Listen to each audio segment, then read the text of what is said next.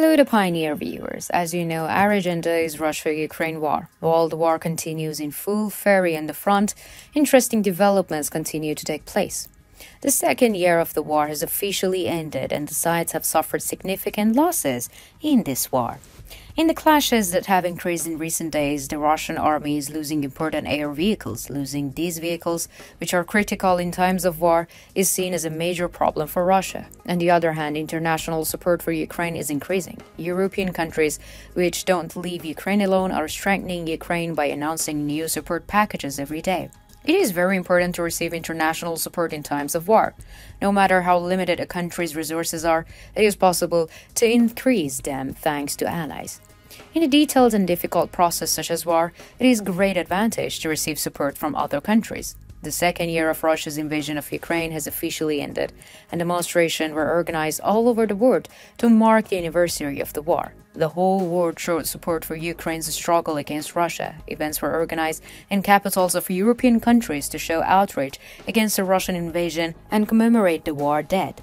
The support given to Ukraine is important in terms of motivation, and on the other hand, the support packages and financial aid announced by states make it easier for Ukraine to continue the war. In recent days, Russian planes were shot down in various attacks by the Ukrainian army, and a new one was added to the downed Russian planes in the other day. Aircraft losses of the Russian army have increased significantly in recent days, and the successes of the Ukrainian army's attacks took an important place on the agenda. The Ukrainian army, which increases its strength day by day, continues its strategy and achieves high gains at low cost. The Russian army, on the other hand, is struggling to compensate for its losses. Now, if you are ready, let's examine the latest developments together. As the Pioneer, we continue to report on Russia-Ukraine war. Don't forget to subscribe to our channel and turn on notifications so that you don't miss our daily map reports and reports on the agenda. I also read all your comments on our videos. Please continue to share your ideas about our content in the comments with us. Let's start if you are ready. The Pioneer reports.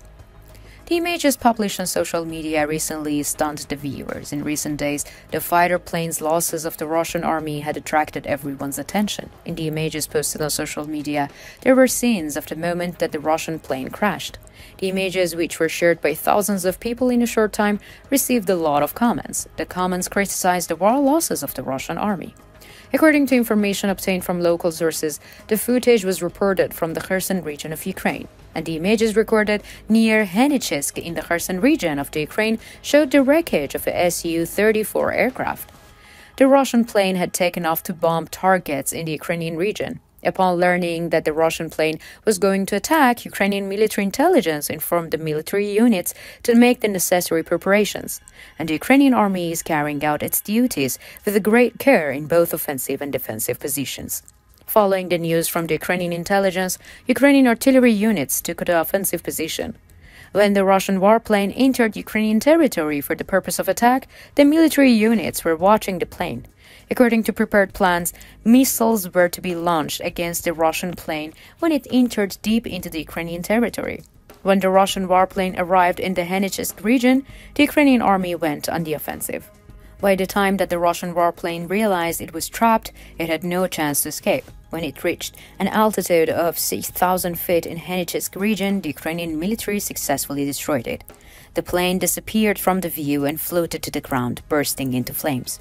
About 9 Russian warplanes have been neutralized by the Ukrainian military in recent days. Successful intervention by the Ukrainian military are neutralizing the Russian military's attacks potential. Kiev authorities seem quite satisfied with the latest developments. Recently, the Ukrainian army shut down another Russian aircraft near the Sea of Azov using S-200 air defense systems. Ukrainian Air Force Commander Mikhailo Oleshchuk made statements about the attacks on social media, and stating that they shut down the Russian A-50 long-range fighter jet. The commander shared images saying that the A-50 made its last flight. Unable to take measures against the successful counteroffensives of the Ukrainian army, Russian troops are anxiously following the developments. The Russian Air Force, which has been trying to organize offensive operations on Ukrainian territory, has been drawing a failed picture recently.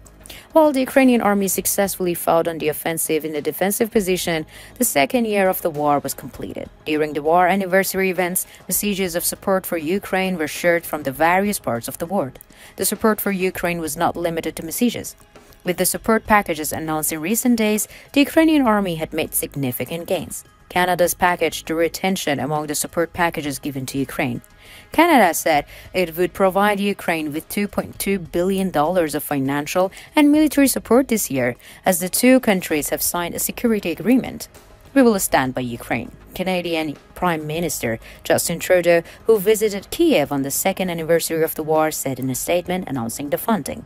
Zelensky said that Kiev had also signed a bilateral security pact with Italy following similar agreements with Britain, France, Germany, and Denmark in recent weeks.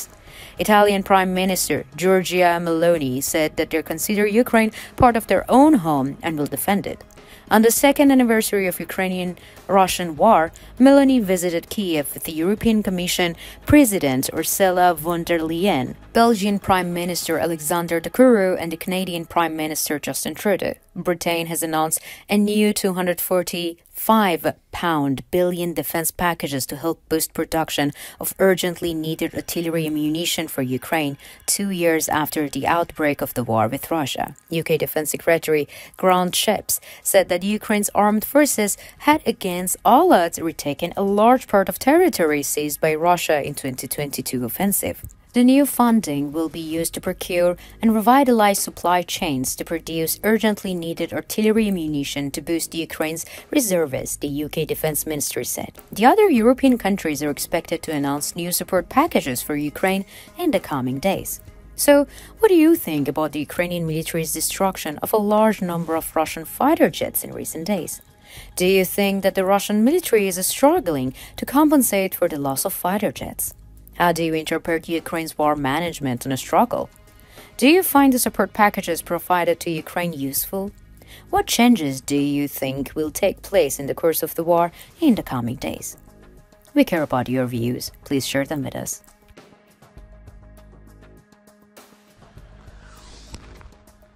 Це дим. Права нога. Нура.